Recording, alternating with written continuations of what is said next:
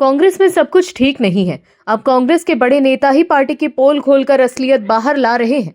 चुनाव में हार के बाद कांग्रेस के नेता राहुल गांधी वोट चोरी को लेकर आरोप लगाते हैं।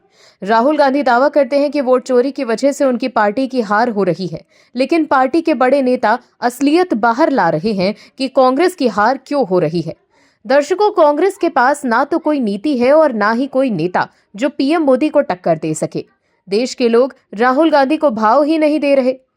राहुल गांधी ने सब करके देख लिया, यात्रा भी निकाली, लेकिन फिर भी लोग उनकी बातों पर भरोसा नहीं कर पा रहे। ऐसे में अब कांग्रेस को किसी और नेता को मौका देना चाहिए, लेकिन लगातार मिल रही असफलता के बाद भी कांग्रेस के लोग राहुल को ही आगे कर रहे हैं। लेकिन अब पार्टी के भीतर से भी आवाजें उठने लगी हैं। क्या है पूरी खबर, बताते हैं आपको इस रिपोर्ट में। दर्शकों, वोट चोरी का आरोप लगाने वाले राहुल गांधी और कांग्रेस लीडरशिप को अब पार्टी के नेता ही आईना दिखाने का काम कर रहे हैं।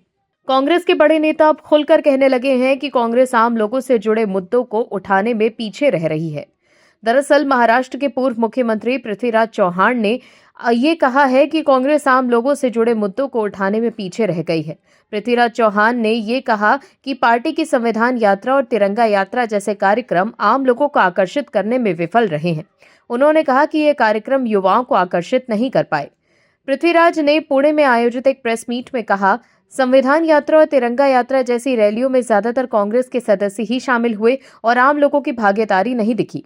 उन्होंने कहा कि हम युवाओं को कांग्रेस पार्टी की तरफ आकर्षित नहीं कर पाए। उन्होंने जोर देते हुए कहा कि कांग्रेस को युवाओं, किसानों और साथ ही समाज के अन्य वर्गों से जुड़े मुद्दों को उठाना चाहिए। उन्होंने खुलकर कहा कि मुझे व्यक्तिगत रूप से लगता है कि हम बेरोजगारी, किसानों के संकट और महंगाई जैसे मुद्दों को उठाने में पीछे हैं। उन्होंने कहा कि ये मुद्दे सीधे युवाओं और किसानों से जुड़े हैं।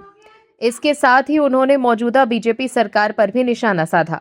चौहान ने आगे कहा कि हमें आम लोगों के उन मुद्दों को उठाना चाहिए जिन्हें सरकार अनदेखा कर रही है। उन्होंने युवाओं, किसानों और समाज के अन्य वर्गों के मुद्दों को उठाने पर जोर दिया। अब सवाल ये उठता है कि कांग्रेस के नेता पृथ्वीराज चौहान क्या राहुल गांधी को आईना दिखा रहे हैं, क्योंकि राहुल गांधी लगातार वोट चोरी और एसआईआर का मुद्दा उठाते हैं। बिहार चुनाव के दौरान भी राहुल गांधी ने वोट चोरी और एसआईआर को मुद्दा बनाने की कोशिश की थी, लेकिन उनका यह मुद्दा बुरी तरह से फ्लॉप हो गया और कांग्रेस बिहार में सिंगल डिजिट तक सिमट कर रह गई। राहुल गांधी ऐसे ऐसे मुद्दे उठाते हैं जिसका आम जनता से कोई लेना देना ही नहीं होता। कभी वो राफेल डील पर चौकीदार चोर है का नारा देते हैं, तो कभी कहते हैं कि चीन ने भारत की जमीन हड़प ली, और फिर सुप्रीम कोर्ट में फंसने के बाद पलटी भी मार लेते हैं और कहते हैं कि मीडिया में छपी खबर के आधार पर वो ये आरोप लगा रहे थे। वहीं अब वो वोट चोरी और एसआईआर को मुद्दा बना रहे हैं, लेकिन वोट चोरी के मामले पर सुप्रीम कोर्ट नहीं जा रहे और एसआईआर पर रोक न लगाकर सुप्रीम कोर्ट ने ये साफ भी कर दिया कि विपक्ष के लोग सिर्फ राजनीति का काम करते हैं और कुछ भी नहीं। लेकिन अब पृथ्वीराज चौहान जैसे कांग्रेस के नेता ही कहने लगे हैं कि कांग्रेस युवाओं, बेरोजगारी, किसानों के संकट और महंगाई जैसे मुद्दों को उठाने में पीछे है और पार्टी को इन मुद्दों को उठाने पर ध्यान देना चाहिए। इससे पहले उड़ीसा के पूर्व विधायक मोहम्मद मोकिन ने सोनिया गांधी को पत्र लिखकर राहुल गांधी की अनुपलब्धता, खड़गे की नेतृत्व शैली और पार्टी में युवाओं से बढ़ती हुई दूरी पर कड़े सवाल उठाए थे। मोकिम ने लिखा कि वो खुद लगभग 3 साल से राहुल गांधी से मिलने में असमर्थ रहे हैं। इसके साथ ही मोकिम ने प्रियंका गांधी वाड्रा को पार्टी की कमान सौंपने की मांग की थी। हालांकि पार्टी ने मोकिम को सस्पेंड कर बाहर का रास्ता दिखा दिया।